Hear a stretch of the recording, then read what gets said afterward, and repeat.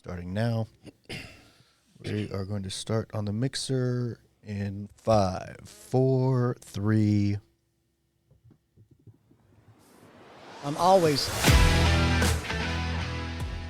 Welcome to the Black Sheep Recovery War. Take two. Take two. Take two. In 5, Can't work in these 4, conditions. 3.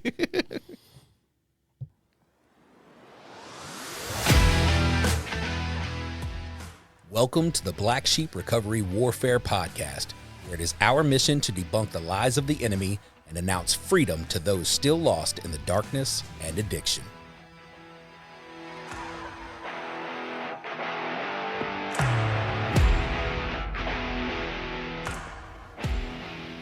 What is up, and welcome back to the Black Sheep Warfare Recovery Podcast, right here in the beautiful Audio Alchemy Studio. We are playing with new toys today, guys. Yes. We've got new camera angles and everything. Danny got hooked up for Christmas. Let me just say before we get started with this episode, let me just say that if you are looking to make your podcast better, if you're looking to make a podcast, if you are, you do not have to be in the Jackson, Mississippi area. As you'll find out today, we're going to do some call-in stuff like that. But Danny has a whole bunch of tricks up his sleeve. And so if you need a podcast, or you want to start one, or you need to make your podcast look more professional, please get a hold of Danny at Audio Alchemy Studios. This place is amazing, and it's always awesome to be here. My name is Palmer. I am here always with the man who had this vision, Brother Phoenix himself. What's up, man? What's up, dude? I want to. The show we're doing today is a Godwinks episode, and what that means, as if you don't know what that is, and for a perfect example, I'll give in just a second. All right? So a Godwink is an event or personal experience often identified as coincidence, so astonishing that it is seen as a sign of divine intervention, especially when perceived as the answer to a prayer. So going back a couple of weeks ago and talking about this equipment, I called Danny, and I'd been watching the live, and the studio and everything set up is perfect and great, and but I was just curious as to how we could get what we would need to make it to where we have more camera angles and things like that, and what would that entail and how much it would cost. Well, then he told me $1 million. $1 million, and then he told me, and I was like, whoa, okay. He's like, I've already got It's not cheap.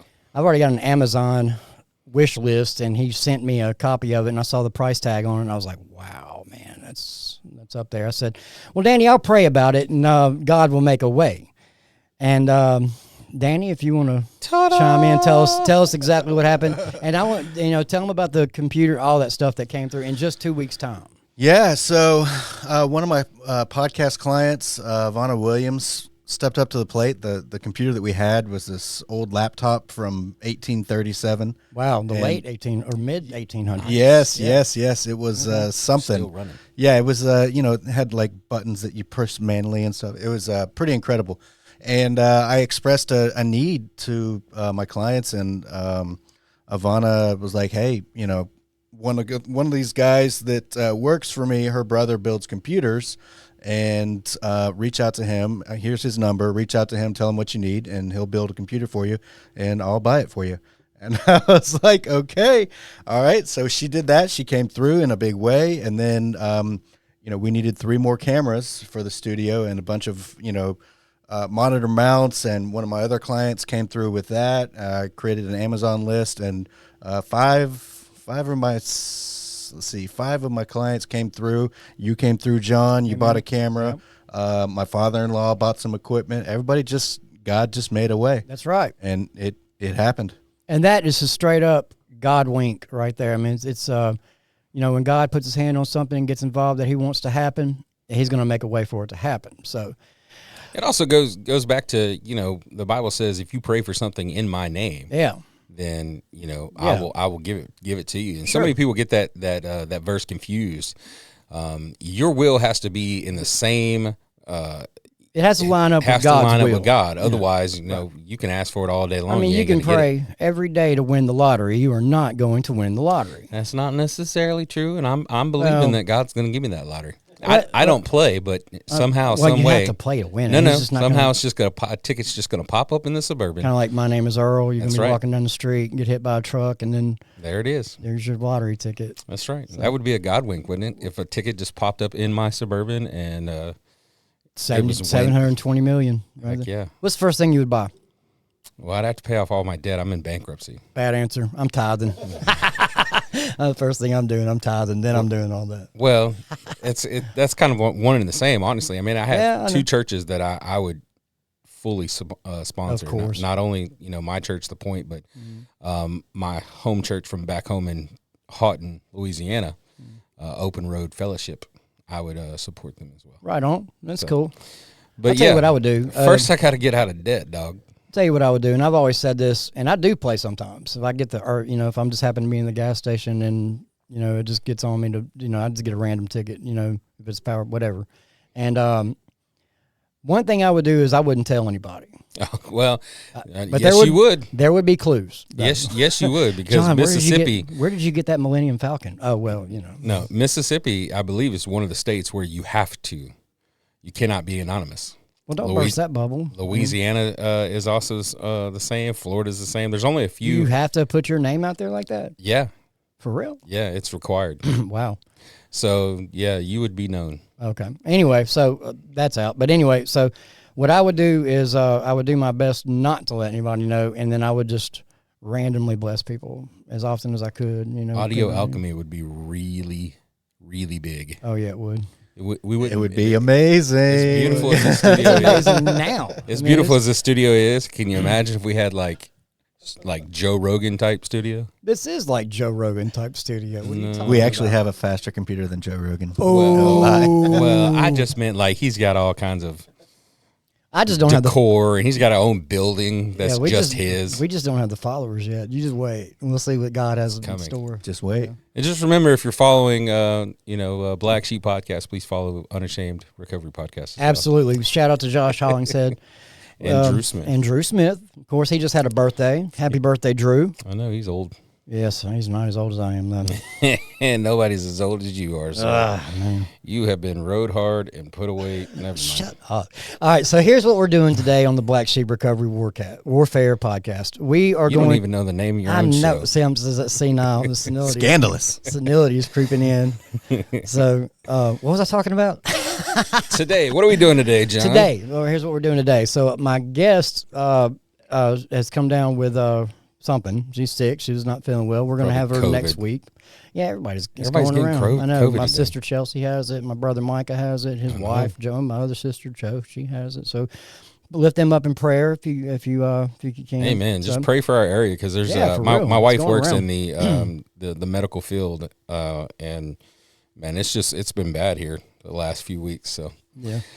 So yeah, everybody's sick. Everybody's getting under the weather. I mean, it's Mississippi weather, man. Yeah. It's cold one minute, it's hot the next. Mm-hmm. So here's what we're doing today. So as I described at the opening, we're doing Godwink stories. So we posted the phone number on the live, and we have it on the green screen also. If you have a Godwink story that you would like to share, dial this number 601-672 6591. 6591. That's the Black Sheep hotline today.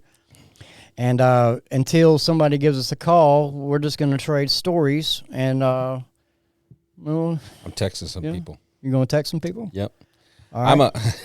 I just asked Josh. I mean, I've got a bunch. Josh, I already talked to Josh today. I think he's in the sticks. yeah, he's not going to have much for service. I mean, we could Yeah, probably call him. That's what I was texting. I was texting him, and he's got a great story.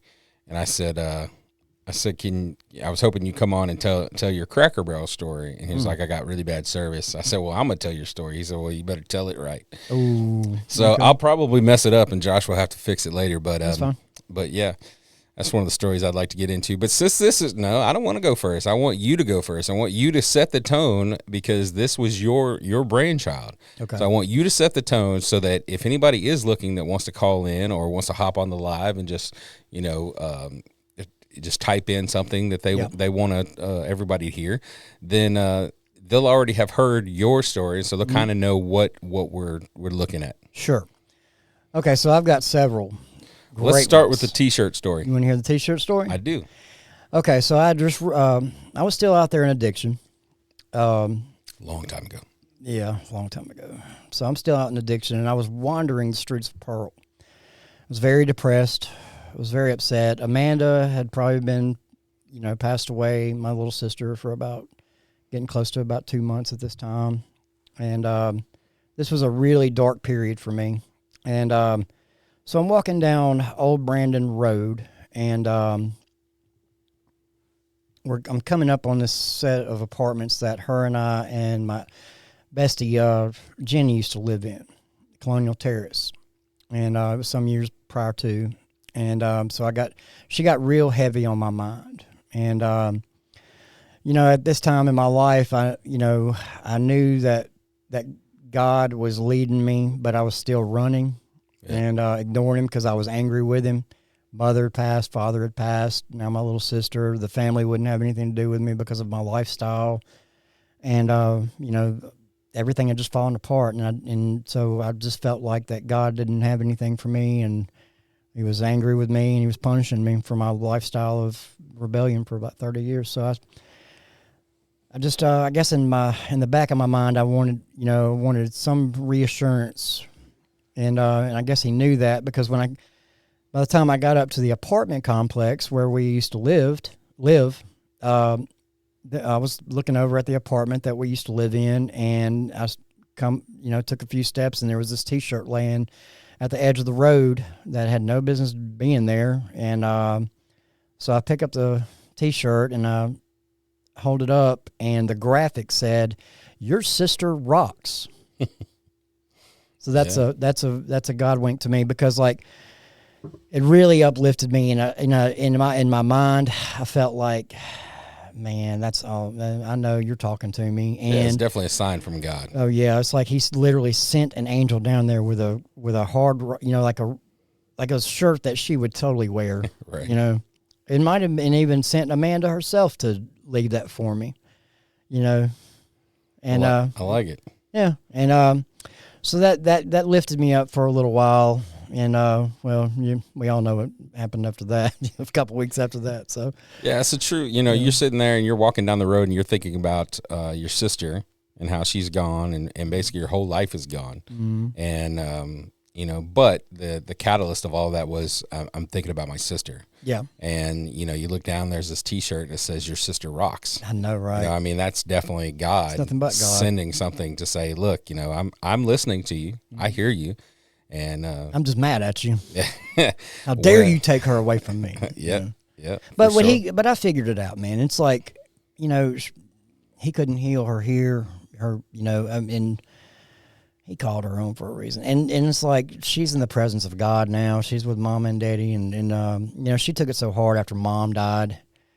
Like, she took that so hard, man. And her and I had several conversations after that, and about that. And throughout all that, even though her and I were in active addiction, she had a relationship with Jesus. I did not. Right.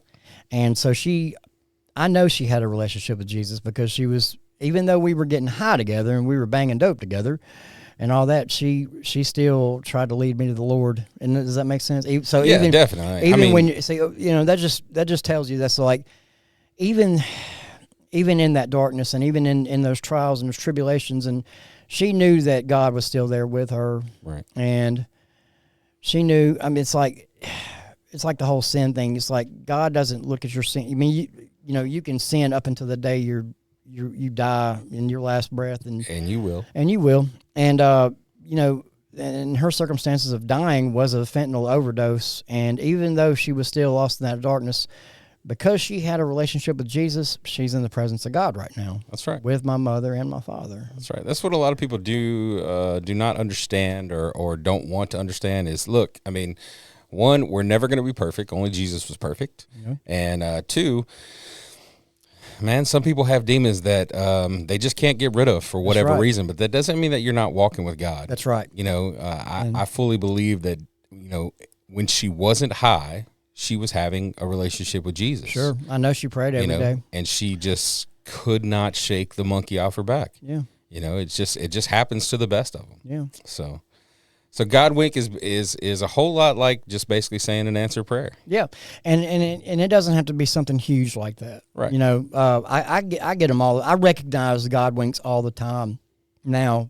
I mean, because you know, I hear his voice and I see. You know, when I pray, a lot of times I pray to hear his voice and to see what he sees in people, and Right. you know, so in that way I can love like he loves us, Right. and you know, so I recognize. I mean, I even recognize it driving down the street, as simple as the telephone, you know, the electrical lines, the what do you call those things? I'm sorry. You're right. You know, they're shaped, they're crosses Right. lined up down the road. So every time I see them, know. you know, they're perfect crosses, and it's like it's just a reminder that God is everywhere. You know, Right. something as simple as that. Those are Godwinks too. You know. Well, I'll tell you my latest before I tell Yeah. you tell you Josh's story. I'll tell you my latest answered prayer. Okay. So if you don't know, you're not following my Facebook or Giving Grace's Facebook, then you maybe you don't know. But if you're following John's, you should because you've seen the flyer. But there's a gentleman on TikTok that I have been stalking Yeah. for at least a year. His name is Kelly K. I found this guy about a year ago, and he explains the Bible in a way that somebody not as smart like me can understand. He also takes stories and he's like, look, I know you've heard it this way, but let me show you another aspect of this story. And so I've been following this guy on TikTok for at least a year, right? Mm-hmm. Well, I see him post a video the other day that says, I'm going to be in Brandon, Mississippi on January 6th and 7th. I'm going to be doing a revival. And I was like, what? So I sent him a message. I sent him an email, and I said, hey, for real, you're going to be in Brandon, Mississippi? Like, do you want to do another event? Would you like to do another event while you're here? You know, my band, Giving Grace, would love to play, you know, lead worship and then have you do a message at our church, The Point. Lo and behold, this dude not only reached out and said, I'd love to do it, but because we couldn't do it on Sunday because my church already had something booked, Jim, our pastor, said, you can do it on Friday. And so I reached back out to Kelly. I'm like, hey, Sunday is booked. Would you even be interested in changing your flight and coming in? Because he's from Oklahoma, so he's flying in. So would you be interested in changing your flight and coming in on Friday and us doing our event on Friday and then you doing your revival on Saturday and then he's preaching at that church on Sunday as well? That is so cool. And he said yes. Man. Said yes. And I'm like, this is a dream come true for me. Yeah, because I know you've been talking about this for, I've been speaking about this guy for a year. I know. At least a year. Almost every podcast I'm on, whether it's this one or Unashamed, I talk about something I learned from Kelly. So the fact that God answered that prayer, that I'm going to get to meet this guy who has literally helped shape me in the last year. Yeah. I mean, watching his videos every day has shaped my life in the last year more than anything else could. And you turned me on to him, not too long ago. You were telling me about the book, and I still haven't got it. But I've been watching his TikTok religiously since then. But I mean, I love, just like you said, I love how he explains. He speaks my language, right? You know, because he dumbs it down. We're not from the thou thee though the right. Era, That's right. And you got the New Living Translation, the Message Translation. I mean, there's so many translations that I prefer and that I do understand, but the way he interprets it is just some of them I'm just like, wow, and that makes sense. Yeah, because I mean, he'll take a story that you've heard. A 1,000 times. Yeah, 1,000,000 times, 1,000 times. And he'll be like, I know you've looked at it this way. Now let's look at it this way. Mm-hmm. So I'm just so excited I am too. And thankful that God answered that prayer to where we could actually do an event together. And I pray that we pack the house out. I pray that lives are changed that night, not only at the Point on Friday, but at Cross. So he's going to be at He's at Grace Baptist Church in Brandon on January 6th and 7th. So I think I'm gonna go to all of them. I'm gonna try. I won't be able to go to Sunday. All right. So Friday he's going to be at the Point. Yep, 7 p.m. 7 p.m. Saturday is Grace Church, Grace Baptist Church in Brandon, and that's at what time? 6 o'clock. And then he's got one on Sunday, too. And then Sunday, he's preaching the morning message at 10 a.m. He's got time to come to the studio.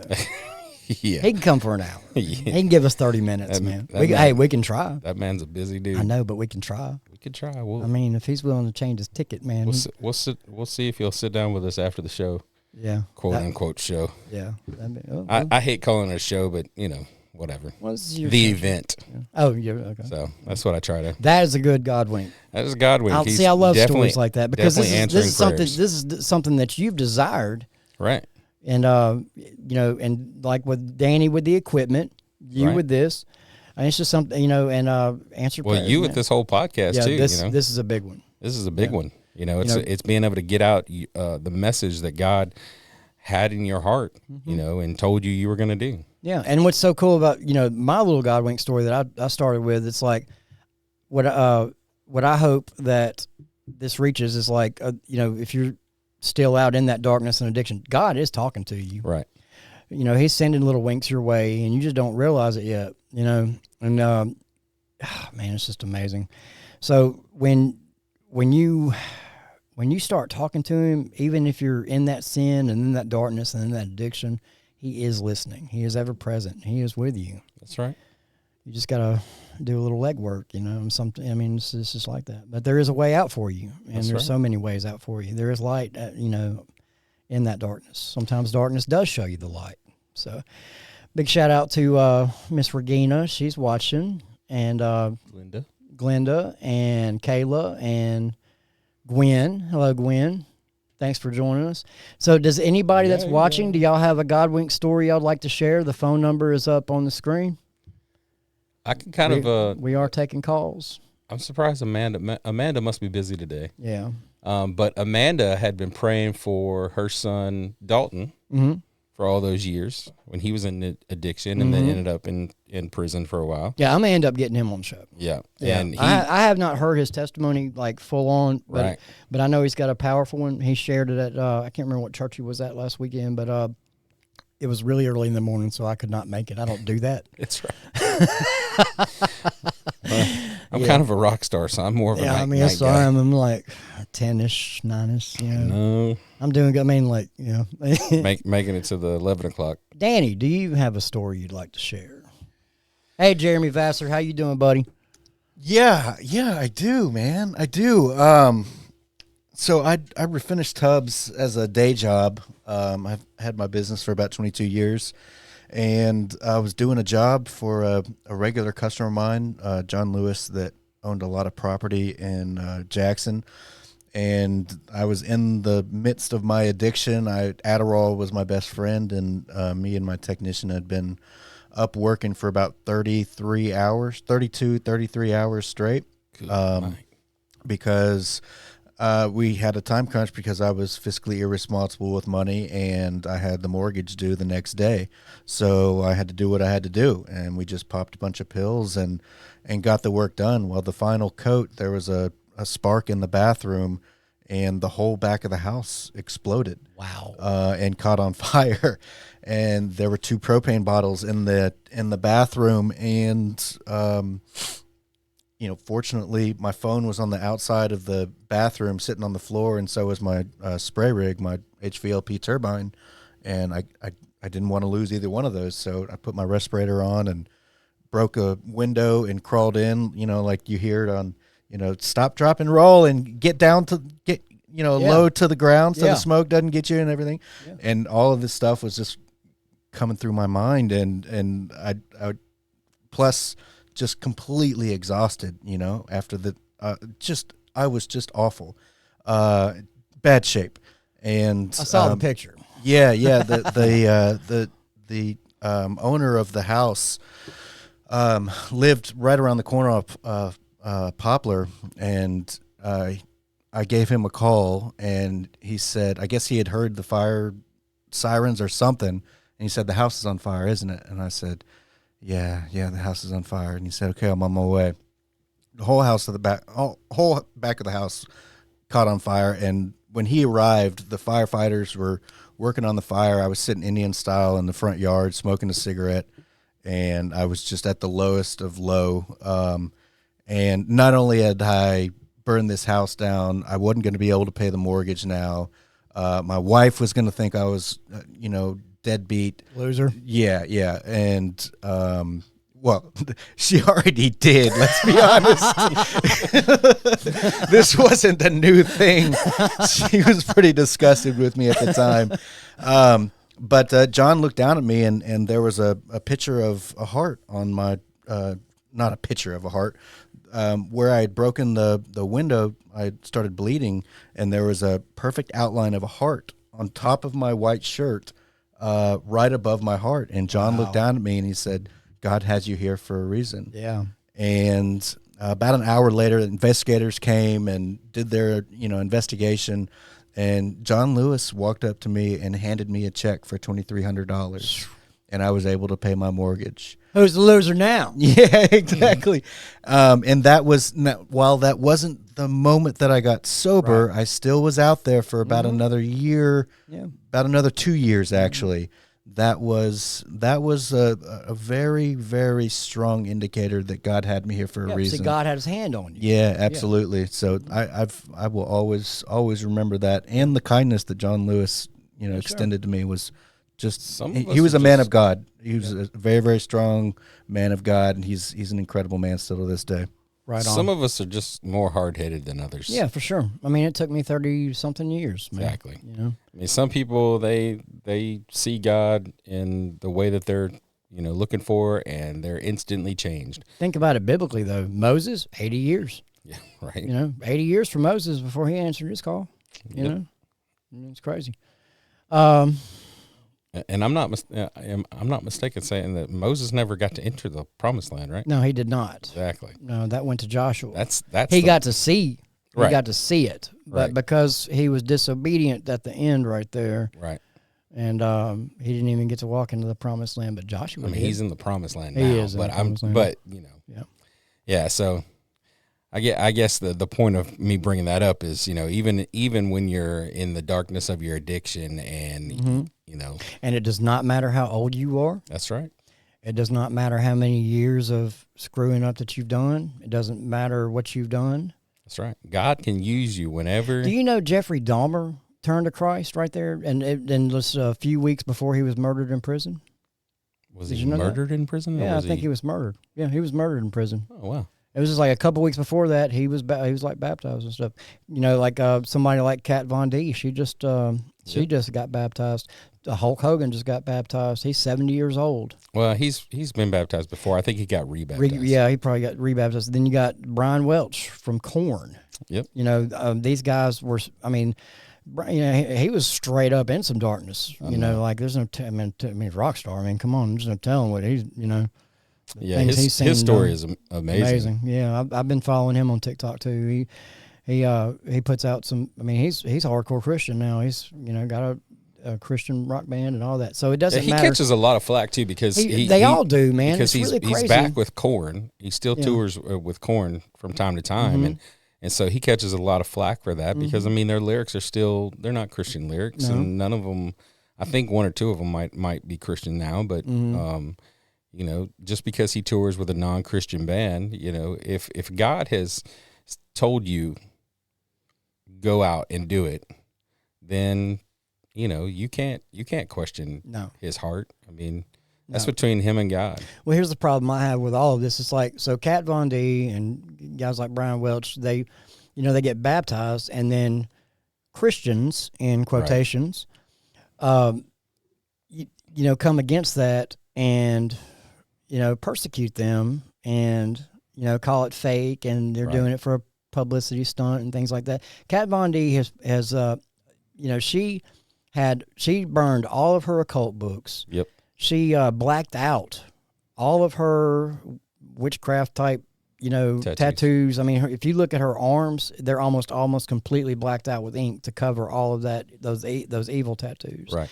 She sold her house in L.A. and moved to Indiana, joined a small Baptist congregation there, and Christians are still giving her It's just You for know, it's sad. it's just for publicity. So if you're a Christian and you're doing that, then you're not a Christian because, you know. well, okay, you can't say you're Well, not I mean, a Christian, but you're not acting like you're Christ. not acting like a Christian because Right. you're not acting Christ-like. And that let me Yeah, I know what you clarify that. meant. You know what I meant. It's like we're called to love everybody. Love thy neighbor as you love thyself, and love thy God with all your heart, mind, and soul. Those are the two main commandments that Jesus talked about. So it doesn't matter if Charles Manson got baptized, or even if he doesn't get baptized, or he's not with us anymore. But I'm talking about just picture Right. the If he gave his life to if Christ. he gave his life to Christ, or you know, you got to. I mean, Jesus loves that dude. Yeah. Well, It that's is I what mean it that's the is. point is that Jesus loves us all. Yeah, he loves it doesn't everybody. matter how bad you've been, That what is a you've child done. of God. That was created by God, and you are called to love that. You know, and if you just don't fall into those two commandments, then Yeah, I never knew you. that's right. You know, I hate to say this, but when you're standing before Jesus, and I went to church every Sunday, and I did all these things in your name, and he looks at you and says, "Well, I never knew you." That's right. You know? Relationship, not religion. That's right. Relationship, not religion. Man, that reminds me of me and Micah were talking. We were texting as I was coming. Yes, I was texting and driving. I'm sorry. Me and Micah were texting while I was driving over here, and we were talking about how Seventh Day Slumber. They've been turned away multiple times here lately of playing at churches because when they hop out the bus, they look the way they look. You know, covered in tattoos, wearing black.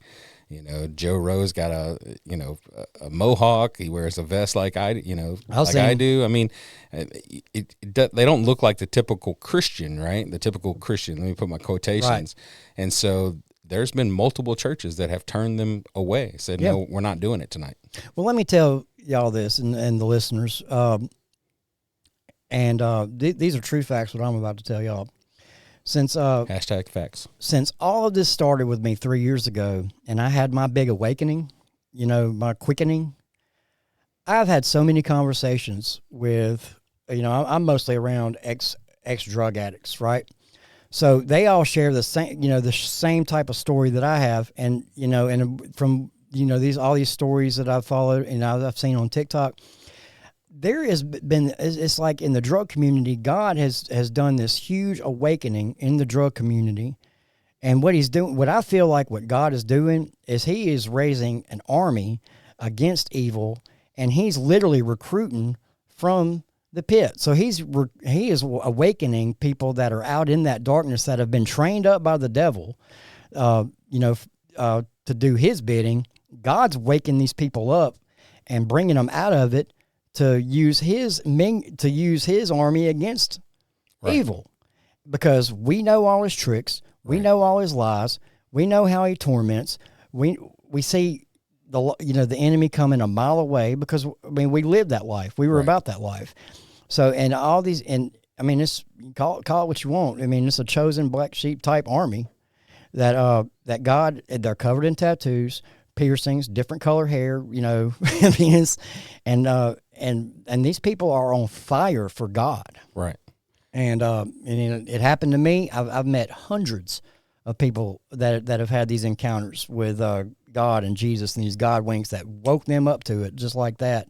And now they're, just like me, they're going back into hell, kicking the gate in, and trying to drag people out. That's right. I mean, if you think about it, who better to use than people that look like us, that have been through the same things that we've been through? Absolutely. To touch the people that look like us and that have been through the same things that they have been through.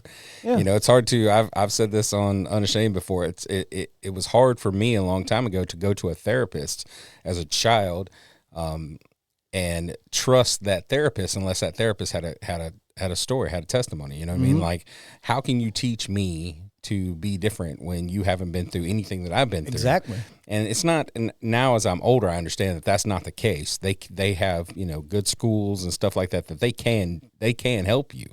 But who better to help black sheep than a former black sheep? Right. Like we're covered in bruises. We're covered in scars from the things that we've done. We've got dry demon blood. Now we're clean now. Yeah. But we know what it's like. We've got the scars. That's right. And we know his tactics. We know his tricks. Yep. We know his lies. man, I mean, it's just, it goes that deep. Yeah. Because, think about it. I was 30 years in. Right. So, I mean, when I get almost a lifer. Yeah, just about a lifer. And I died so many times. I don't know how many times. I couldn't tell you how many times I OD'd, and should not be sitting here. I mean, that's a story in itself, just to be able to say, like, God definitely had something bigger from you. Sure. He's like, I'm not done with you. Mm-mm. You could keep trying that, but we're not going there yet. No. That's awesome, man. Yeah. So, since Josh can't hop on here and tell us his story, I guess I'll tell a little bit of a story. Love the vest, Palmer. We still want you. And broken chains. Hey, scroll up a little bit. I do have in possession right now my father's Harley. Really? You went and got it? Yeah, I went and got it. Oh. It doesn't have any insurance on it or anything, so I can't ride it. But all right. So while since Josh can't tell his story, I think he told this on a podcast before, but I'm not sure. It could have just been us goofing off, but I'll give you the gist of it. Okay, like I said, Godwinks for the most part is just an answered prayer, or you finding a way that God is speaking to you, and you can verify it. Like, you can verify that God's speaking to you. Or some divine intervention. Right, where it's a complete divine intervention. And that's kind of where Josh's story was. So one of his children had got real sick around Christmas time. They'd been in the hospital, I think, a week, maybe even 2 weeks. And it'd been real tough on him and his wife, right? And so they finally get discharged. They're able to go home. And him and his wife are like, look, there's nothing at the house to eat. We've been in the hospital, like I said, at least a week. It might have been 2 weeks. He can correct me. But they've been in the hospital at least a week, right?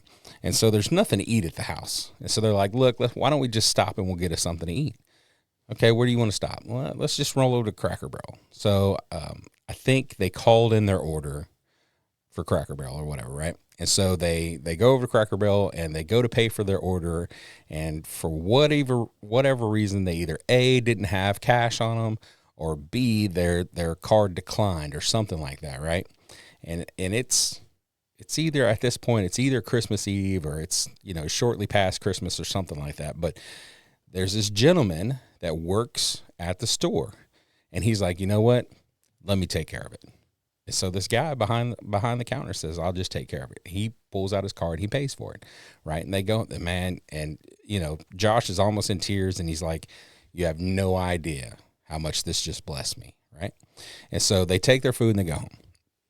Well, a few days later, Josh is like, you know what? I need to get a gift card or a Visa, gift card, put some money on it and take it up to that guy, because he didn't have to do that. And so that's what he did. He went and got a Visa gift card or something, and he goes back up to Cracker Barrel, and he's like, hey, is so-and-so working today? And they're like, we don't have anybody by that name. He's like, okay, maybe I have the name wrong. So he's like, this guy, he explains the dude to a T. He's talking to the manager. Mm-hmm. He explains the guy to a T. He's about this tall. He's got this kind of hair. I can't remember if he was white or African-American or Mexican or whatever, but whatever it was, he explained the guy to a T. Yeah. And that manager looks at him and said, not only have we never had anybody that looks like that, but we've never had anybody by that name either that works here. Ooh, wow. And he's like, you could call it, Josh wouldn't call it an angel, but you can call it whatever you want to. But I'm saying that God sent an angel that day. Yeah, I've had things like that happen to me too, and I guess that'll segue into my. Do you have another one? Nope. Go ahead. All right. So another time. I mean, not that I don't, but I want to tell your story. Yeah. So another time, I was walking down the frontage road in between County Line and coming from that area going toward Northside. Okay, and it was middle of the night. Probably 2:00 in the morning. I've been on some dope. I was wandering. It was after Amanda died. Right. And it was about to rain. Okay. And, the thunder and the lightning, it was coming. And I guess I had to go under a bridge for a while or something, But off in the distance, I could see somebody walking toward me. And, we're walking towards each other, and we get about close enough to each other where he says, hey, come here. So I walk over toward him, and which we do not suggest. Yeah, I'll never forget it. So, he had on a red jumpsuit too, and a red hoodie, and the hoodie was up tall, skinny black fellow. And he was like, I said, well, he asked me if I had a lighter. And I said, no, I don't. He said, well, I was just walking to the store down here to get a lighter. This is like 2 o'clock in the morning. This store he's talking about, I know is closed. And then it just so happened, I did tap my pockets and I did have a lighter. And so he started walking back in the other direction with me. And so he's like, how happy he's got a lighter now. So he's like, it's fixing to rain. And I was like, yeah, I'm just kind of looking for a place to, stay dry. He's like, I've got the perfect spot for you. I said, okay. So I follow him to this apartment complex. It's probably 3-4 blocks up on the right. And he takes me through these apartments, up these stairs, and down this walkway. And he's like, nobody lives in this apartment. Just go in there. He said, you can probably get a shower in there too if you need it, and blah, blah, blah. And I twist the door handle, and it's locked. He's like... I was like, well, it's locked. I'm not going to break into this place. I'm not trying to go to jail. He put his hand on the door, just like this, like I'm showing you now. And then he twists the knob, and it just opens. Okay? And I walk in, and there's nothing in this apartment. But I go in, and he leaves. He's like, you just come here whenever you need to. Don't tell anybody about it. Right. And so I went and checked out the bathroom, and in the shower there was shampoo and soap and a towel and nothing else. There was nothing else in this apartment. I never saw the guy again. And could it have been? It says in the Bible, it's like you never know when you're entertaining an angel, but I've never forgot that. That's right. Because what really blew my mind was he put it, I know the door was locked. Okay, I know it was because I twisted it like this, back and forth, back and forth, back and forth, and pushed a little bit. Right. He put his hand on it and then twisted it one time and pushed it open. That's awesome. Mm-hmm. Did you ever go back to that apartment? Yeah, a few times. Mm-hmm. It was always unlocked? Always unlocked. Nobody ever there? Nobody ever there. That's crazy. Mm-hmm. I could take you to that apartment right now. I know exactly where it's at. I wonder how many people have actually been to that apartment.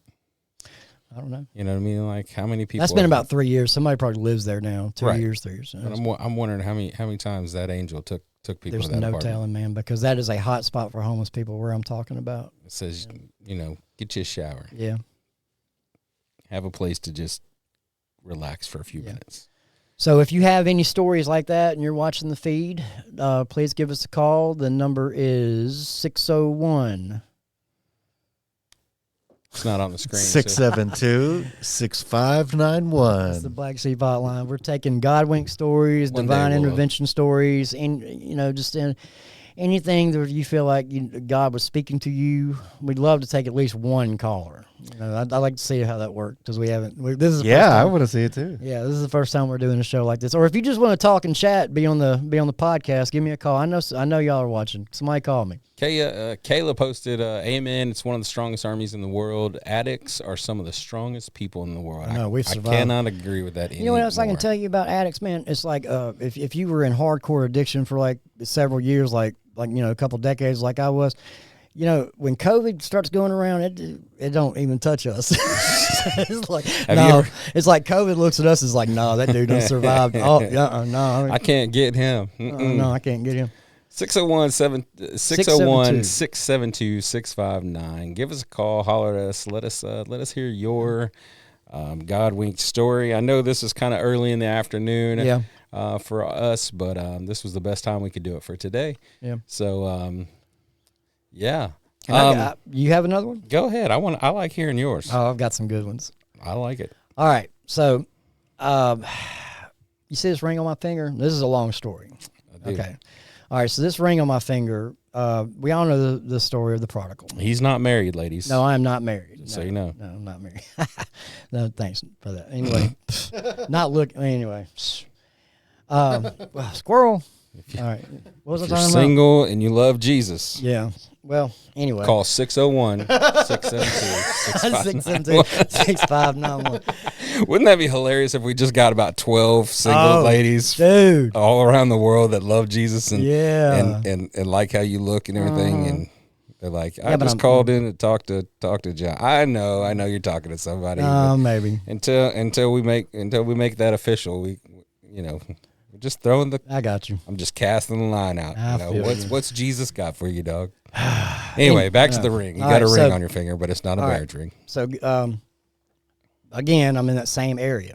You spent a lot of time there, didn't you? Well, those were my stomping grounds. I mean, it was my area. But so my mother used to run the American Heart Association over on McWillie, which is right there by Northside Drive. All right. So I was in that area, and this was kind of like mid-afternoon, and I'd been up for several days, probably hadn't eaten in a few days, it was probably bad dehydrated. On the side of the building of the American Heart Association, or really close to it, I saw the building, and I used to go to this building as a child with my mother a lot to go to work with her, and I used to play out in this area because it had big open, lawns around there, and there was just stuff for a boy to get into because it was boring inside the American Heart Association. So, on the side over there, there's a statue of an angel, literally, and it's still there. I see it. I go over there sometimes. But I was really missing my mother that day. And again, this was after Amanda died. I was missing my father too. So I sat Indian style in front of this angel and talked to this angel like it was my mother. I had a conversation like I was talking to my mother. And I got done, and it was kind of starting to get about dusk, sun was kind of going down, and there was this other homeless fellow that was at the stop sign right there at this little intersection. And this is a busy intersection, keep in mind. There's apartments all over the place around here. And so I walk over to him. I try to start up a conversation with him, and he's talking crazy. He's not even recognizing that I'm there, acting like I'm not there. He's just having his own conversation with his demons, pretty much. And that's common with people like us, But anyway, something happened, and I ended up sitting back down and laying down and blacking out, going to sleep, right there at that intersection, just right, probably 5 feet away from the stop sign, busy intersection. When I wake up, it's just about kind of mid-morning, probably 9-ish. All right, so I slept through the whole night at this busy intersection, and I don't know if anybody checked on me or anything like that, but when I woke up, I still had everything that I had. I checked my pockets, of course, and I didn't have much of anything at all. But this ring was on my finger, and I know you can't see it at home, or as you're watching. Maybe I'll post a picture of it later. It's really kind of dirty right now, but on this ring is a cross with Jesus hanging from it. It's a brass ring, and it's got little stones on the side of it. They're probably little fake diamonds or something, but I have no idea how this ring got on my finger. Okay? Me neither. I don't either. So this ring, let me tell you, this ring has been through some stuff, and I'm going to continue this story about this ring. So the day I was going to commit suicide, of course, I never took this ring off, but so the day I was going to commit suicide, I had this ring on. All right, so I got arrested that day. I got delivered in the cell that day, and then I went to jail, and did about a little over a year in prison. So when I went to jail, they take your property. Right. I did not want to be separated from my ring. This ring meant a lot to me. This was my prodigal ring, because I was kind of walking back toward it, but and I knew, and in my mind, this angel I was talking to earlier put this ring on my finger. Right. Somehow this finger, anyway. So they take my property and they bag it up, and I hear horror stories all the time about how, you put jewelry in the property bag, you never get it back because it ends up in the trustee's pockets or whatever. Right. So I'm in Rankin County for probably 4 months or so, and I got transferred over to Lamar County to answer to another charge. So they let me sign out my bag, and it's going to Lamar County with me. I see my ring in there. So I go to Lamar County. I'm in Lamar County for about another 2 or 3 months.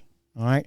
So when I go from there, I go to CMCF, which is quick bed. And when you go to prison from a county jail, a county institution, you do not take your property with you. You have to literally sign it over to somebody to come pick up. I did not have anybody to sign it to. Jenny was in Florida, and she wasn't going to be back for a hot minute. So I asked them, I was like, well, how long do they have to pick it up? And they were like, 30 days. I said, well, what happens to my property then? We throw it away. So in my mind, I'm like, I lost my ring. It's over with, with the ring. So anyway, so I do the rest of my prison time. I go from CMCF, I go to Loosedale, and I'm really, like my ring, So I get out. I don't even think to check with Lamar to see if they still have it or anything like that. So a few months go by, and I'm at work, and Jenny calls me up, and she says, there's a sheriff from Lamar County that is trying to get in touch with you. And immediately it's anxiety because, I just got out of prison. I hadn't been out but a couple of months, and I'm like, what could they possibly want? I didn't do it this time. Yeah, I'm not even thinking about the ring at this point. Right. I didn't forget about the ring. I let it go. Hopefully somebody's got it that needed it and found its way onto another finger, Right. That was my hope. So she had already known what had happened. She was just messing with me, okay? She was literally messing with me. So she knew why they were calling? Yeah. She'd already we need to talk to John because we've got this ring over here. So she calls me in this somber voice, and she's like, hey, this sheriff's trying to get in touch with you from Lamar County. I said, well, what do they want? And she's like, I don't know, but maybe you should give them a call. She knew what this ring meant to me. Right. So I call them, and I'll never forget her name. Mrs. Sheriff, her name is Miss Melissa. And so I said, Miss Melissa, I don't know if you remember me or not. And she says, this John Gallagher? Yeah. Yes, ma'am. And I'm still, at this point, I'm about having a panic attack, and she's like, oh, I just was calling to find out if you were ever going to come get this property. And I'm like, but, this is we're talking about 8 months after the fact, right. After 30, and, they had done told me after 30 days it goes in the trash. Right. So 8 months later, so Jenny, she literally was already about to leave. I think she went the next morning to go pick it up for me. And I don't care what else was in that bag. I mean, there's some other stuff in there, but whatever. I didn't care about nothing else but that ring. And so I got my ring back. That's awesome. I think we got a caller. Oh, yes, finally. Let's see here. Thank the Lord. Let's see here. Black Sheep Podcast. Black Sheep Podcast. Okay. Black Sheep Hotline. Oh, nope, never mind. Wait. Wait. Thank you for calling.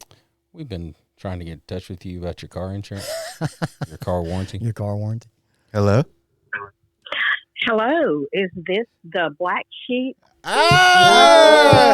It is. Who is speaking to? This is Karen Williams. Hey, Miss Karen, what's up? It would have been even funnier if it was Miss Melissa from. I know, right? So Miss Karen, she is from Celebrate Recovery over at Trinity Wesleyan Church in Byram on Sywell Road. They have a recovery meeting every Thursday night at 6:30. Love that place. I do too, and I miss it. I don't get to go as often as I'd love to. But how are you doing today, Miss Karen? I'm doing wonderful. I'm very, very, very blessed. But I saw that you had a show today on Godwinks, and I just want to share something that happened to me this month in December. There are two things, if you don't mind. No, go right ahead. Okay. Well, I know you know, and I don't know if all of your listeners know, but I lost my son to a fentanyl overdose in March of 2022. And I'm hoping I can do this. But anyway, as you know, as you can imagine, holidays are hard for me, especially Thanksgiving, Christmas. Yeah, me too, Miss Karen. Yeah. Oh, I know, because you miss Amanda just like I miss Daniel. Mm-hmm. And so on the 6th of December, early in the morning, I woke up after I'd had this dream about my son. And it was, oh goodness, it was so real, John. David and I had walked into a place and saw our son, was not expecting it in this dream. Daniel held my hands, and I could feel his skin. I could feel how soft his hands were. Praise God. We had conversations that were just wonderful. I can remember every single bit of it. I've never done that in a dream before. And then as we were leaving, he kissed me on the lips, and I can still feel how that kiss felt. Man, I've got chills. I do too, and I'm just tearing up right now. But anyway, I woke up right after that dream, and I felt so much peace after all the anxiety that I had been feeling up through from October until this time. Just the anxiety that you get over the holidays Mm-hmm. and all of that. Mm-hmm. So anyway, I felt this peace that came over me. I can't explain it, but I wish all of your listeners could feel Yeah. that Oh, kind of thing. yeah. It's amazing. It Amazing. truly is. So anyway, that was on the 6th, and I went about my day. And then on the 9th of December, there was, I believe it was the 9th, it may have been the 8th, but anyway, there was a storm that came through. And if I can back up a minute, Yeah, take your time. I have an ornament that David and I, my husband David and I, put on a tree out at the Madison Children's Park at Strawberry Patch Park. And it is a park that's dedicated to all of the children who have gone too early, too soon. And so earlier in December, we went out and we put an ornament for our son on this tree. Well, the storm came through on the 8th, and I had heard that the tree had blown down in the storm. So some of the ornaments were displaced, some of them were broken. So after church on the 10th, that was on the Sunday, David and I decided we would ride out there and make sure that Daniel's ornament was on there, and if it was broken, we were going to replace it. I went out to Strawberry Park that afternoon. It was a beautiful afternoon, and there were two little girls and a mother. They were riding on their scooters. They were probably 6 or 7 years old, weren't very old. One of them came over to me as I was looking on the tree, and she started telling me that she and her mother and her sister had made ornaments and put on the tree, and that her sister had passed away, and she showed me the ornaments and told me how they had made them, and we started talking. I mean, she was so smart and so articulate, and so she asked me about my child, and I told her a little bit about Daniel. And as we finished our conversation, I thanked her for sharing with me and allowing me to share with her. And she had this little rose in her hand, this little small, tiny rose, and she gave it to me. She says, "I want you to have Oh, this." my God. I thanked her for that. I still have that rose, and I have it in his little memory box. Wow. I will always have it. And so I said, "Thank you so much." And then this little girl that I had never met before extended her arms and wanted me to hug her. And I gave her a big hug, and she gave me a big hug back. And John, it was like the Lord was hugging me through this child. Yeah. Well, it was amazing. That is amazing, and I'm about to blow your mind. All right, so this happened to me this morning. Okay, I woke up at 4:30 this morning from a dream about my father. Okay, and I have not dreamt about my father in a long time, and I can tell a couple other Godwinks about my father, but this one. So like this morning, so in the dream, I was in a Walmart. It had to be in Walmart. It felt like a Walmart. It felt like a Walmart. And there was, people going about their day. There's shopping or whatever. And I'm on an aisle. And on this aisle, my dad is pushing a shopping cart toward me. He's smiling from ear to ear, right? And so I start walking toward him. And, I gave him a hug, and I felt the hug just like you described, Mama Karen. I'm telling you, it was like that. And then he started quoting scripture, okay? And in this scripture, the only one that I can recall, from that was John 14:6, and it's Jesus. It's John 14:6. It says, "I am the way, the truth, and the life. No one can come to the Father except through me." And then I remember I woke up and I was elated that I, had that dream, and then I felt that it was like not just the presence of my dad, but it was the presence of the Father too. Right. Oh, yeah. And wow. So Godwinks happen in dreams too. Heck yeah. Yes. So yes, I believe they do. And aren't you so thankful for that? I get every morning. And since then, I'm always grateful. I can find something to be grateful for every morning.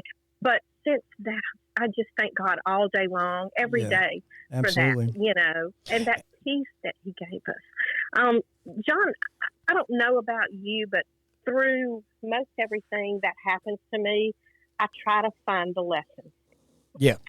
And I know, and as I'm looking back at what had happened, about a week after I met the little girl in the park, Mm-hmm. My husband David had a health scare. We knew that he was having some health issues, and he ended up having 2 stents put in his heart. Oh, wow. I didn't know that. And, yeah, I know. I haven't really told a whole lot of people, and life goes on.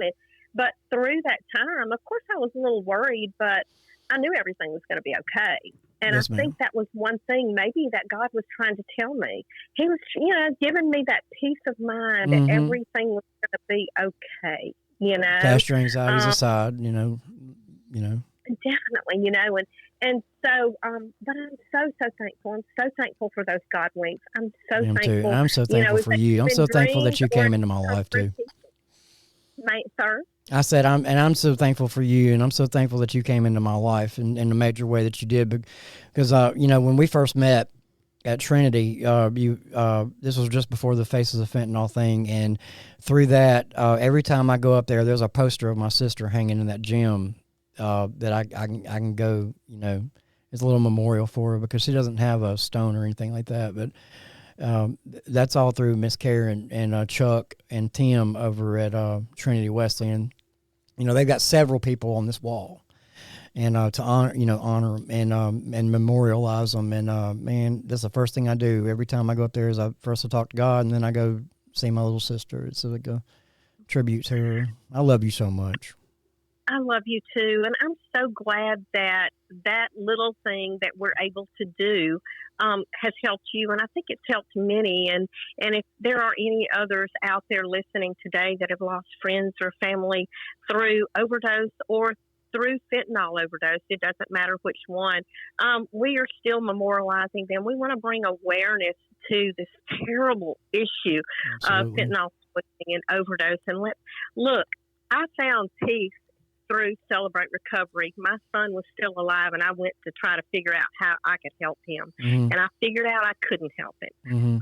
But Celebrate Recovery and the people there helped me to walk through that and find some peace for myself and heal myself. So love you guys so very much. Love you too. And I love that. What y'all I love that part of your. you. I love you too. I love that part of your story, Karen. That you found Celebrate Recovery not for you, but trying to help figure out how to help your son, and yet it has actually helped you so much along the way. I just think that's amazing. It is amazing. Definitely, yeah, it's like Miss Karen's never used a drug in her life, and drugs, wrecked her, and she found peace through Celebrate Recovery and the Lord. That's awesome. So it's an amazing story. Thank you for calling, Miss Karen. We love you so much. I love you guys too, and thank you for allowing me to share. Yes, ma'am. And y'all have a great New Year. Happy You New too. Year. Thank you. You too. Bye-bye. Bye-bye. Hey, so real quick, my friend Corinne up there, if you'll scroll up just a little bit, said, I certainly agree when we get to see and touch our loved ones in dreams. Oh, we got another caller. Wow. Uh-oh. I'll get back to you, Corinne. Hello? Hey, Paula. What's up? Hey, John. This is Vince. I knew it was before you even said that. What's up, Mr. Riles? What's going on, brother? Vincent Riles, he is a part of Broken Chains. Yeah, man. Can you tell us a little bit about that real quick, Vince? Broken Chains? Oh, yeah. Broken Chains is an offshoot of Celebrate Recovery originally, but we're just a group of motorcycle enthusiasts that love Christ and love to serve our community and are all a part of recovery in some fashion. We've recently branched out to where we do any type of Christ-based recovery. Yeah. I love how I love how he So- referred to it as a, what do you say? motorcycle Motorcycle enthusiast, because it's not a gang. That's right. It's The not a church- motorcycle. We're not a church gang. We're enthusiasts. So the church back at home in Houghton that I was telling you about, Yeah. Open Road Fellowship, they are a quote unquote biker church, Yeah. but they also call themselves motorcycle Enthusiasts. enthusiasts. I love it. because so many people are turned off by the name biker. Right. So that's Right. all. I love it when I hear people say motorcycle enthusiast. All right, so Vince, tell us, you got some Godwink for us? Oh yeah, and the biggest one that comes to my mind happened to me a couple years ago. I'd been clean. I tried to get clean on my own before I went to prison the first time, and I've been clean about 3 days. And you know, after 23 years or 22 years at that time of addiction, all those emotions just screwed with me so bad. Just that rapid flood of emotions back on me, and I ended up trying to take my life. And I would have succeeded if it wasn't for God's intervention, you know. And I know now that that's exactly what it was. I tried to hang myself from the front porch. I lived out in the country, and this chick that I'd had problems with since high school, you know, we hated each other. She happened to be driving by. She didn't live anywhere near me. She just happened to be driving by and stopped in the middle of the road. I'm literally have been passed out, and she's very short girl, and she comes and she picks my big butt up and she's holding me up. Like I said, she blocked the middle of the road and she held me up until somebody else couldn't get around her and had to come help her cut me down. Wow. And if that wasn't God, I don't know what was. Yeah. I mean, Ain't nothing but God. at that time, I wasn't nowhere near. I wasn't doing nothing but running for the devil. Yeah. Wow, dude, that's incredible. That's an incredible testimony, Yes, man. sir. We love that, man. But I love y'all guys, and I love what y'all are doing with this podcast. I try to watch it every chance I get. Thanks, man. I appreciate that. Appreciate We it, love you, Vince. Vince, and we love Broken Chains. We love Steve Yeah. and Tara too. I noticed that Tara's. She just shared one with us. She says, "I was working at Pet Pretense. Sense. Pet Sense. Okay, going through a hard time and was praying for God to remind me that He was with me. A couple walked in to get their dog from the groom shop, and when they walked up to pay, I started playing with the dog and said, she's okay. God just answered." Palmer, you're gonna have to read that because my eyes are. I just No, can't. I said a couple walked in to get their dog. Hold on. You still there, Vince? Messing with the screen. Yeah, I'm still here, bro. Okay. All right. A couple walked in to get their dog from the groom shop, and when they walked up to pay, I started playing with their dog. That ain't me, guys. They said, I started playing with the dog and said, "Hey, Pooh Bear," not knowing his name. Or why that even came out of the mouth. The lady starts crying and runs out of the store. Her husband looks up at me with tears in his eyes and said, "She's okay. God just answered one of our prayers and she needs a minute." He said they were from out of town. They left to get away because they just lost their daughter to cancer and stopped in Brookhaven to bathe their dog. He called her their daughter's nickname, and it was Pooh Bear. Oh, wow. They were also praying that God would remind them that He was with them. What? That's wow, crazy. that's crazy. That's certainly a God wink right there. I heard a story recently. I read a story recently. It was a post or something. It might have been on TikTok, but this woman had fully submitted to God. She said, "God, whatever it is you want me to do, I'll do it. If it's from you, no matter how crazy it is or how crazy it sounds, I will do it." And not long after that, probably a couple weeks or something like that, it was like middle of the night, she's driving through this town. She's like on a road trip or something. She's driving through this town, and there was the only thing that was open was this convenience store, and she heard the small voice tell her, "Walk into that store and stand on your head." And she was like, "What?" Nope. And so it's like, "Well, okay, God, I told you I'd do whatever you told me to do, so I'm going to do this." So she walks in the store, stands on her head, and within a couple of seconds, this girl runs out from the back squalling and wraps her up and hugs her, and she's like, freaking out over it. And she goes on to tell her that She was literally in the back room with a gun in her mouth and told God that if you don't send somebody in here to stand on their head, that I'm going to blow my head off. Yeah. Wow. Yeah. That's kind of like when I got clean. I guess it's been about a little over 14 months ago now. Mm-hmm. I was headed to the courthouse trying to debate whether I was going to go on the run or not because I'm a 3-time loser, and I knew I was going to have mandatory time hanging over my head. Mm-hmm. And, you know, I was high as giraffe ears. And Wow, that's pretty high.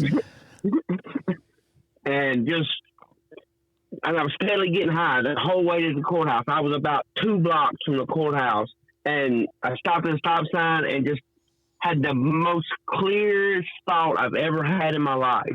And it was God talking to me going, hey, this is your last chance. This is what you need to do. You need to throw that stuff out, go to the courthouse, and accept whatever they give you. Wow, yeah. And I'm freaking out because, you know, I've always believed in God. I grew up in church. Yeah. But I've been running for 25 years. Mm-hmm. So I'm like, okay, screw it. This is what I'll do. Yep. I'm going to do what he said. So I rolled the window down and I threw everything I had out, which I felt bad about later because now I felt like maybe I was enabling somebody else. But that's what I was told to do. So that's what I did. I left it in God's hands. That's right. And then I went to the courthouse and they put me on drug court. The same judge that has sent me to prison twice. Wow. Put me on drug court. He denied me the last time that I went before him for drug court. Mm-hmm. And they put me on drug court instead of giving me 8 mandatory years. And I'm like, you know, wow. we're literally talking to a black sheep warrior right now. He's like, That's right. He's been through the, you know, he knows all the devil's tactics and tricks, and he knows what's up. Vincent, yeah, I'll never forget the day I met Vincent. Man, this might be a Godwink in itself. It's like they have a Celebrate Recovery meeting over in on Napoleon and Pearl on at 3:30 on Sunday afternoons, and pretty low key.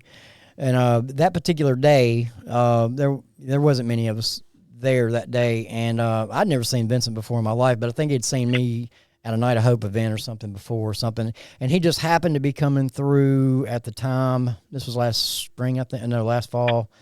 He just happened to be coming through and had heard about the meeting and decided to stop by. And me and Vince, and he came in, and I think I was the first person you saw or something, and we talked for a little bit. Then next thing you know, we're trading testimonies on YouTube, and you know, from Unashamed, and I was like, man, you gotta see my testimony, yeah, you gotta see mine, and he, you know, we kind of paralleled, you know, and then wasn't long after that, I went and spoke at Broken Chains and met Steve and Tara, and I remembered seeing them at Recovery Fest, right. And you know, that's where Vince had seen me, I think, and we've all been friends ever since, man. I love me some Vince, man. Vince is great. Thank you for calling, Vince, man. I love you, brother. Love you, man. You too, buddy. Brother.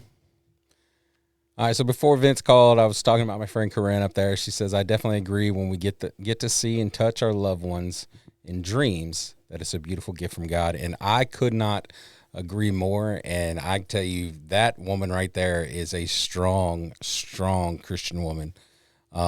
She's not only had, I believe, 2, maybe 3, might even been 4 miscarriages. Wow. Or you know, babies that didn't make it. Yeah. And now she has a beautiful a daughter, but her husband, who they had reconnected from high school. They dated in high school. Corinne and I dated briefly a long, long time ago. Mm-hmm.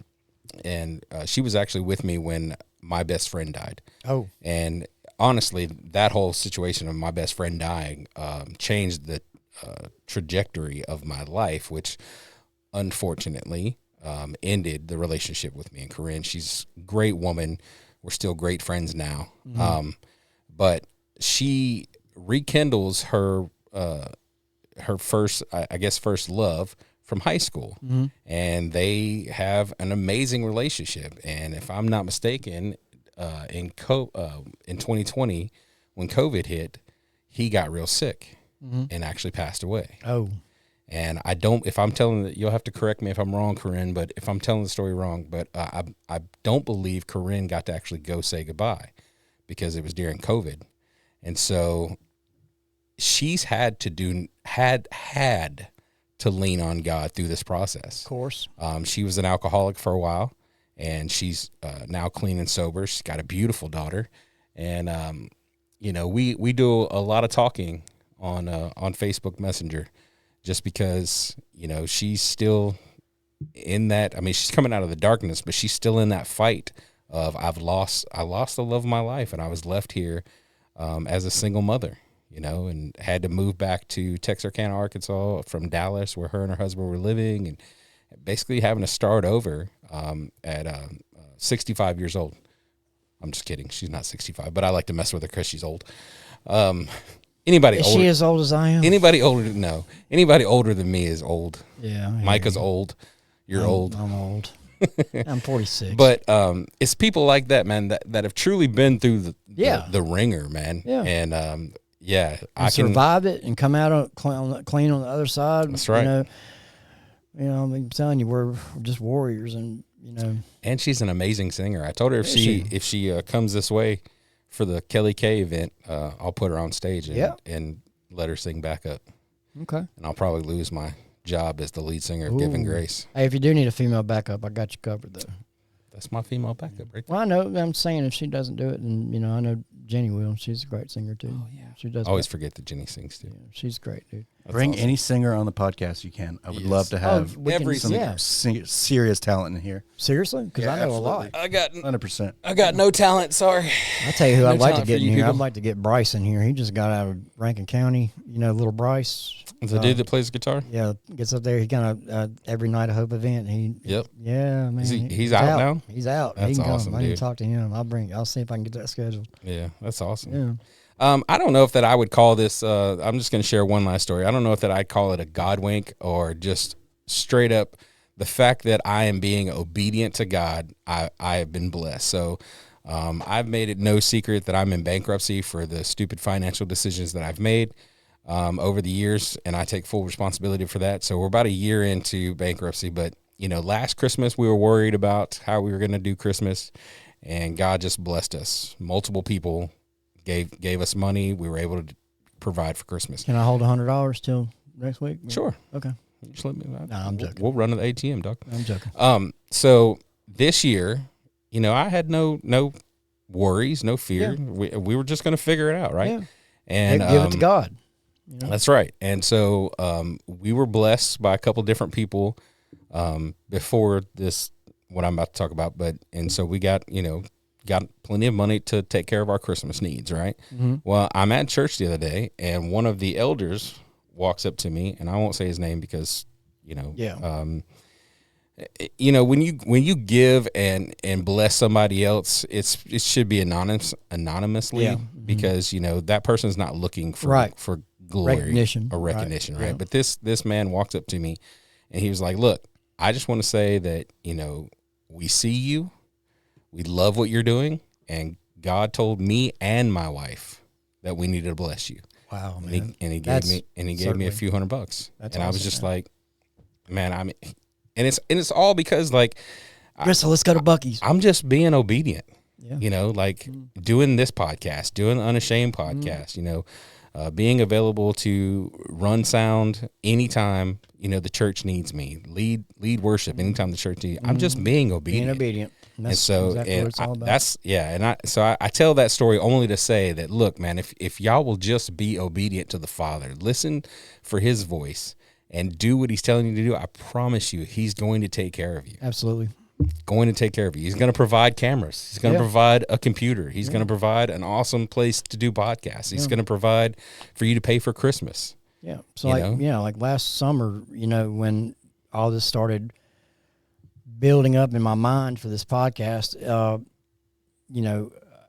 everything it entailed, and I didn't have any money. I didn't have no way to build a studio. I didn't have any contacts in the podcast world, and and look where we are now. No, thank you, Corinne. You've Corinne has stood by my side when I was not the best person. I was lucky to find my soulmate, my wife Carissa. She was lucky to find her soulmate in her husband, Gerald. And for whatever reason, God called him home a whole lot sooner. And I truly believe there's somebody else out there for Corinne. He's not going to leave that beautiful woman and that beautiful child to be alone for very often. But Corinne said, in case y'all aren't watching, said, "Thank you, Palmer. You've been a great support throughout this and a blessing to Old Granny. Old Granny. Yeah, Corinne's if you start calling me Pawpaw, you're fired. Corinne is another an co-host. awesome person. So all you Jesus lovers, single men in the Texarkana, Arkansas area, I will hook you up. Are we doing matchmaking on the Yes, podcast? matchmaking on the podcast today. All right, so Rebecca Massengale. Yeah, Massengale. Will you expand that comment for me and I'll read it? Yes. She says, so I went to recovery at Beauty from Ashes in 2020. I have no children, just my dog Ziggy. Had to leave her behind when I decided, quit messing with it, Danny. I'm not. I can't read that quickly. I can't help that people want to comment on here.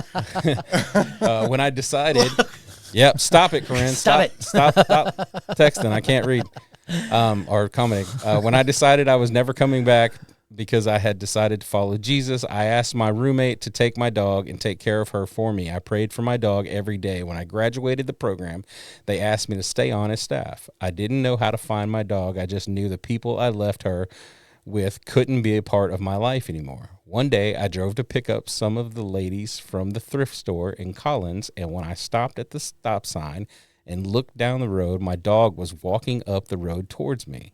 I was there just at the right time because God is into the business of restoration. No coincidence.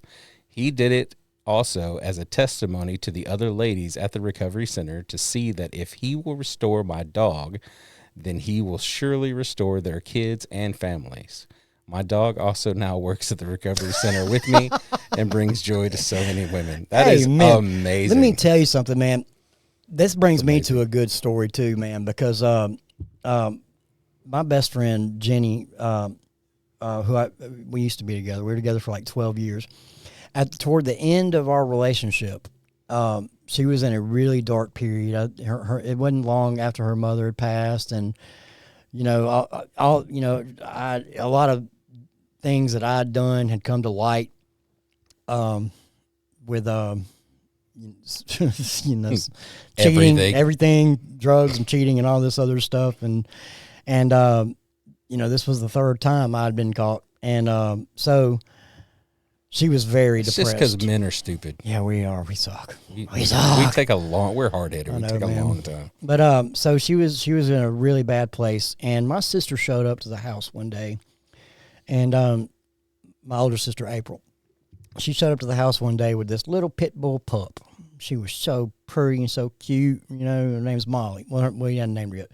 So I thought in my mind, I was like, I'm gonna go let Jenny. Jenny wouldn't get out of bed, man. She was like really, going through it. So I took this puppy upstairs and I put it in her arms. And she was like, "No, we're not getting a dog." And as soon as I put her in her arms, and Molly and her connected eyeballs, yep, it was over. That was it. It was over. So this dog, her name's Molly. She's my child, and she's one of my children. She's Jenny's daughter, and we share custody. That's right. And I pay my child support. I get her on the weekends. Well, we all live together now. I know. I'm just saying. Jenny and her boyfriend. We're all roommates, and right. So Molly sleeps with me every night. Anyway, so flash forward about 7 years or 5 years that this particular incident happened. So Molly, like I said, is like her child. Right. So rules come along with Molly. Like, you do not let Molly outside without a leash. I mean, it's just like, if anything happens to this dog, it would crush her. That's right. I mean, it would crush her spirit. This dog is more to me than you are, and I will hurt you. Yeah, over let this me dog. get pushed or hit by a train, or let Brian get hit by a truck or something. No problem. She'd be fine. Yeah, She'd bounce back within a day or two. Something happened to the dog. Something happened to Molly, though. Nope. Oh, my word. All right, so it's about 2:00 in the morning, and me and Justin are outside, and this is on Beardeman. We're living on Beardeman, and this is just about a year and a half ago. A little about a year and a half ago. Did you just tell people where you live? This is where I was living. Oh, okay. I do not live on Beardeman now. So So we're on Beardeman, and this is like 2 o'clock in the morning, and we had a lot of stuff on the trailer we needed to go through, and me and Justin were out there going through it, throwing away what we didn't want, this, that, and other. So we had Molly outside. It was middle of the night. No. Beardeman's are busy during the day. You got 18-wheelers come up down Beardeman to get in this industrial, kind of area, making deliveries and all this. Anyway, this is, like I said, 2 o'clock in the morning, and Molly was not on a leash. And so I looked up. You want to tell this story? Yeah. She's watching. Is she watching? Oh, yeah, she is watching. Okay. Oh, she told me to say it. She said, "Tell them about the 18-wheeler." Oh, that's okay. what I'm telling. Okay. Okay. Jenny, do you want to call and tell it yourself? You can. Jenny's like, no. Yeah. Anyway, so you can call if you want to. But anyway, so we're outside, and Molly, I got to looking around for Molly and didn't see her. And I said, "Justin, where's Molly?" So we get to calling for her. And at that moment, we start calling for her. This 18-wheeler turns off of 80, and it's starting to come down Beardeman. And at the same time, Molly comes behind this house across the street that's been abandoned for whatever. It's a little office house building looking thing, and there's a little patch of trees and bushes and stuff. And she comes jetting across the road. I mean, she's full stride.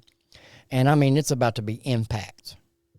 And when I tell you that God stopped time itself and this 18-wheeler froze, dead in its tracks, 18-wheelers just don't stop like this on a dime. From my perspective, this is what I see, okay? I see Molly about to get hit, and then Justin's perspective, all he saw was he saw Molly coming across the street, and she did hit, he said she did hit pavement. And then the truck just going by. Me, myself, I saw the truck stop, okay, dead in its tracks. And then in an instant, time started back up, and then it was like that replay moment from The Matrix with the cat. Right.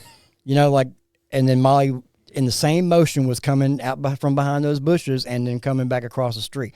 I'm telling you, the heart attack that I almost had with the thought of Molly getting, I would have had to leave the state to get away from this blonde woman. Country. I would have had to leave the country.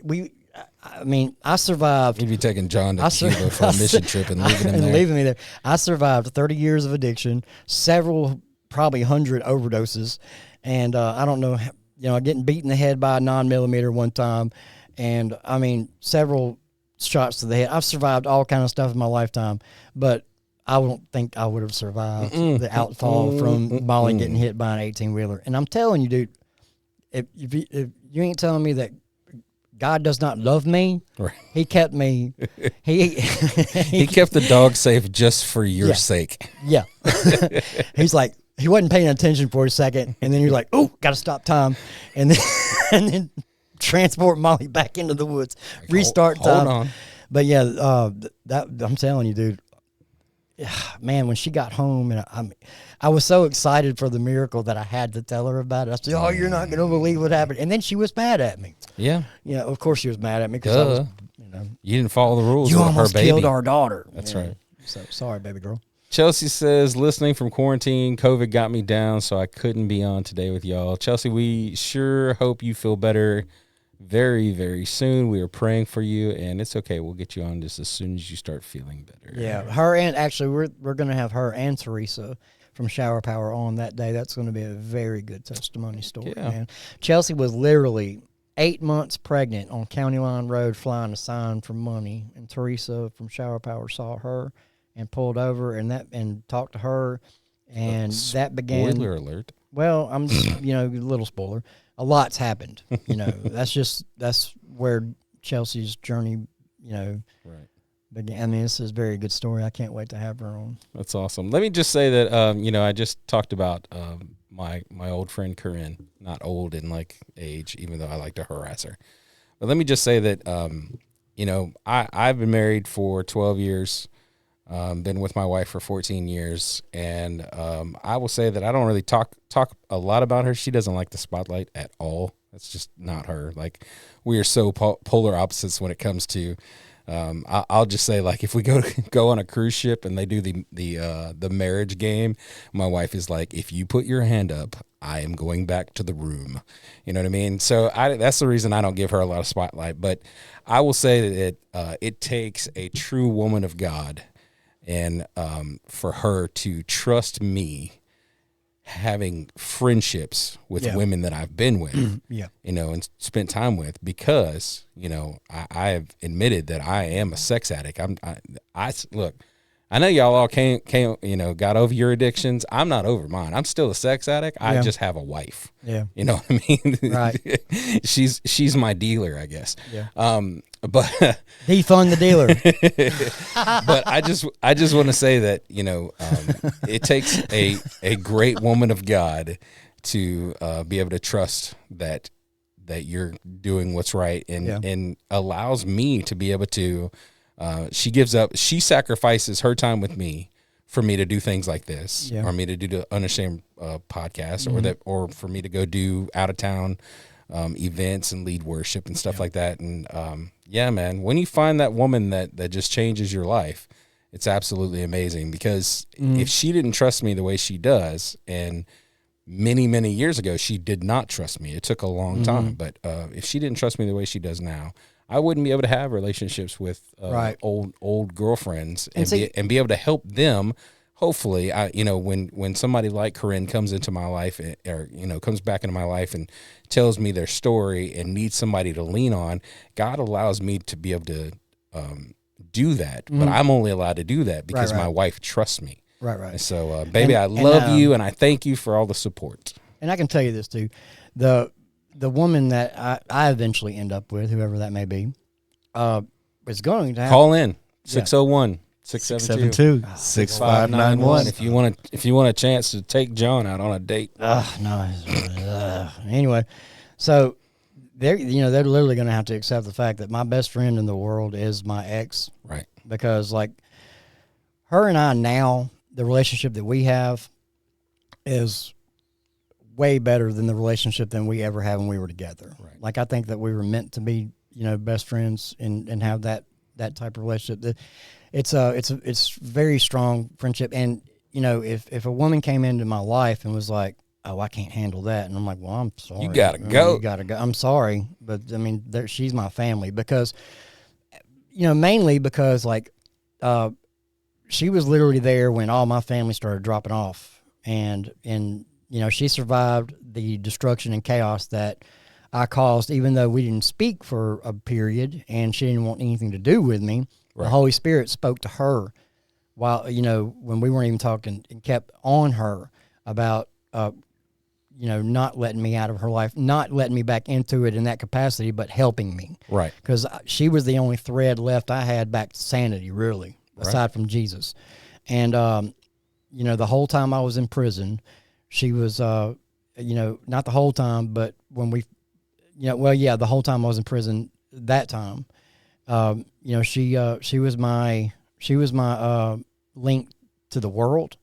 She, you know, me and my daughter didn't talk for a long period of time, but she kept me updated on how she was, and my nieces and nephews, and, you know, that were angry with me that, you know, she sent me pictures, and she kept time on the phone to talk to her.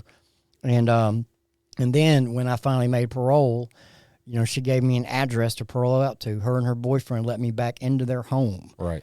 So, you know, whoever it is, you know, they're just going to have to accept that, because, that's good. You know, she's my family. Right. You know, and we're never going to revisit that. Right. Her and I, you know, but in a way, her and I need each other. Right. You know. There's no doubt that whole about that. 12 years that her and I were together, she was trying to drag me to the Lord, you know, and like I said, kicking and screaming. And she's always been spirit filled, and her father is a man, straight up man of God. And, you know, they were, you know, and they were leading me, and like I would go to church with her just to shut her up, you know, and I would always get something out. I mean, being real with you, and I would always get something out of it. Christmas, Easter, Mother's Day. Yeah. St. Patrick's Day, I'm not going. I was, you know, downtown Howland Mouth. No. But, you know, so I never forgot that. Right. And especially when I was awakened to the Lord, you know, when he revealed himself in such a mighty way. and I prayed to him to, show me instances in my life where, and it all, directed, mainly back to periods with Jenny, Right. where she would say, pray about it, or let's go to church, or, she's always been spirit led. And in a way, I kind of was too, inadvertently. Right. So anyway, well, anybody that comes into your life, especially now, man, I don't see God sending anybody into your life that's not going to accept the family that you have, no matter where that family came from. True. And so, yeah, man, God's got such good big plans for you. And I know there's somebody that you're kind of talking to. So I jokingly say, if you want to call in 601-652. 672-6591. You notice the phone's not ringing. So what's this look, call right here? Let me tell you something. So it's all God's timing. It's God's perfect time. God's timing is always perfect. If Corinne, do you want to move to it's the Jackson, Mississippi area? I've got a guy here. If it's for me, it won't pass me by. Whoever it is. That's right. And we'll see. I'm not searching out anybody. I'm not looking for I know. It when it happens, it'll happen. You're gonna be the best husband. I'm serious, man. You're gonna be the best husband. Probably gonna be a father. Well, I see that in your future. Well, Whether it's somebody that comes in with a predetermined or pre-existing child. Yeah. We'll see. Well, I can tell you how not to be. Man, I can tell you. Hey, man, I've said a million times that my parents they split up. I think when I was before I was even born. But I can tell you that I've told them a million times. They showed me exactly what not to do because I have a child out of wedlock. And witnessing the things that they did, I knew I could not be that way. Oh, man, I know exactly what not to do for sure. But I will say this too: is like, all right, so I'm 46. I've never been married, right? And 46, you look great for 46. Thanks, man. Thank you so much. So I'm 46. I've never been married, and like Jenny and I came very close, I think, 3 times, and something always happened. Like one time we were living in Washington, and you couldn't just go to Vegas and get it done. We could, but it wasn't in God's will. It's like what I'm getting to. It's like Jesus. It wasn't in God's will because we would have went through a divorce. But so one time we were in Washington. I bet she's talking, isn't she? No, I just read Daniel's sign up there. I wish Jenny would call, man, because like she could really get some insight on this. Nope. But like so, you need to like. One time we were in Washington and we had it planned out. We were gonna get married in the backyard. We had Are you sure it was Washington? She said, "Dude, we went to New York." I know that was like the last time though. Sorry. That was like the 3rd time. But I'm talking about the time we were in Washington, right? And we had planned it out. One of our drinking buddies, he was going to officiate because he had the piece of paper to do it. It was going to be small, but this job I'd applied for about a month or so before had called and said in Alaska. And said, well, you going to go or you got to go now? So we had to cancel that. So I took the job, and I was gone for 3 months. I'd go out to on a cod boat for like 3 months. Didn't he just tell us that he doesn't like to be cold? Yeah. Took a job in Alaska? Good Lord. Yeah. I'm sorry. Go ahead. And so then like the 3rd time, the last time, we had gone to New York for Christmas and New Year's. I took her to, I got her tickets to the Rockettes, what do you call them? The Rockettes? Yeah. Because she wanted to be a Rockette when she was a kid. She always wanted to be a dancer. I mean, it was a really big deal to her. So we went to that show. We were going to get married while we were up there, just me and her. And there was she had everything, all the paperwork to do it. And I can't remember what was missing. Something was missing. And so we couldn't do it there, but we could have. Oh, Lord. Sorry, if you're not watching, if you're listening to this podcast, you're not watching it. Oh, Danny has posted the phone number 562 times. He's trying to get Jenny's attention on one comment. Yeah. So that's what we're cracking up about. Sorry. Literally, we could have gone like another part of New York to do it, and they would have done it without that piece of paperwork. But it just wasn't in the cards. It was not in God's will. He did not want it to happen, and. Like I was saying, like I'm 46 years old, never been married, but I was always really terrified of it because, like, all of my friends from school, anybody I ever met that I had any kind of relationship with as far as friends go, my parents, my grandparents were miserable with each other the last 30 years of their marriage, and like my grandfather would literally say, "Man, I just cannot wait for her to die." You know, it's like, How long were they married? Like forever, until that both of them were dead. Pretty sure that's But why. so they all ended in divorce, and they all ended badly, and I just didn't want to go through that, you know, and so I was really turned off to it anyway. But I wanted to marry Jenny, but it just never worked out that way. Something always happened, so it wasn't in God's will. That's a Godwink in itself. Yeah, and her and I are in a better relationship because of it. Right. And so let me just stop. But just hold on. But see here, then now I'm not terrified of it. Right. I look forward to it, whoever that may be, and we'll see. Yeah, I just want to say that. Also, I think our listeners need to understand that unanswered prayers are some of the best answered prayers. Ah, yeah, isn't that a Garth Brooks It's a song? Garth Brooks Yeah, song. it's a guy. And I know I'm a huge Garth fan, and that's probably why I brought it up. But I'm just saying, unanswered prayers are probably the biggest prayers that God has answered. Had I, become a full-on rock star and out there, I wouldn't have a rock star. I wouldn't have my wife. I wouldn't have any of my kids because Carissa. When we met, she had her daughter. Mm-hmm. I had my daughter. I adopted her daughter. And then we came together and had a son. I wouldn't have none of that. Yeah. I wouldn't have. It's a beautiful family. I love y'all so much, man. Carissa is awesome, dude. Yeah, she's shy. She's your biggest fan, too. I'm your John said, second biggest fan. John said, get Carissa to come up here. I was like, no. But I already knew the answer to that. She is not going to do that. She is much better in the shadows. She messaged me for the first time at like 2 o'clock in the morning the other night. Oh, yeah? Yeah. She looking for money? Needed a bill paid? No. She wanted one of them black sheep shirts. Oh, yeah. Yeah, we got to get her I'd commented on something, so she knew I was up. And she shot me a message. She's like, "Hey, what's up with them black sheep shirts?" And I was like, "Can I get one?" I was like, "You can bet that when I get another order in, I will you will be." She's only about yay big. I know she'll get a baby Gap size. A baby Gap size. Yeah, that's awesome. And Carissa's beautiful. Your children are beautiful, man. They're your biggest fans, and I'm your second biggest fan. Well, thank you. Like when I was coming back with a podcast, I couldn't think of anybody else that I'd rather have for a co-host. Well, I appreciate it. Yeah. I will say that going back to your grandparents, my wife tells me all the time, you're the only person I want to annoy for the rest of my life. That. But in a good way. That's right. Like my grandparents, like my grandfather, literally from the time he got up until he came in, was in the backyard or not at home. He's like, I'm going to stay as far away from that woman as I can. Yeah. I'm sure they loved each other. For sure. But when you spend that much time together, it's like, And he drove a Greyhound bus for like 30 years, man. So he was gone all the time. You never knew when you said "till death do us part." It was like most people don't make it to death. An objective. All right. Any last thoughts? No, I just want to say that God winks are everywhere. God is always trying to speak to you, and there's so many of us that look out and say, I need you to send me a sign. And he is always trying to speak to you. You just need to listen. You need to stop, breathe, understand that God's trying to talk to you, figure out what he's doing. And the best way for God to talk to you is to spend time in his word every day. Give him 5 minutes.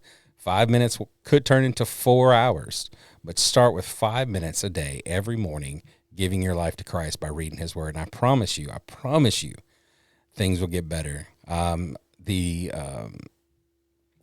The Bible app, the U Bible or whatever, I can't even remember what it's called, but YouVersion has plenty of 1 year Bible plans, and I think that's I'm 91 days into mine, and I'm telling you, it has changed me, dude. It is. I mean, like I look forward to doing. Sometimes I do 2 a day. I get behind a little bit, right?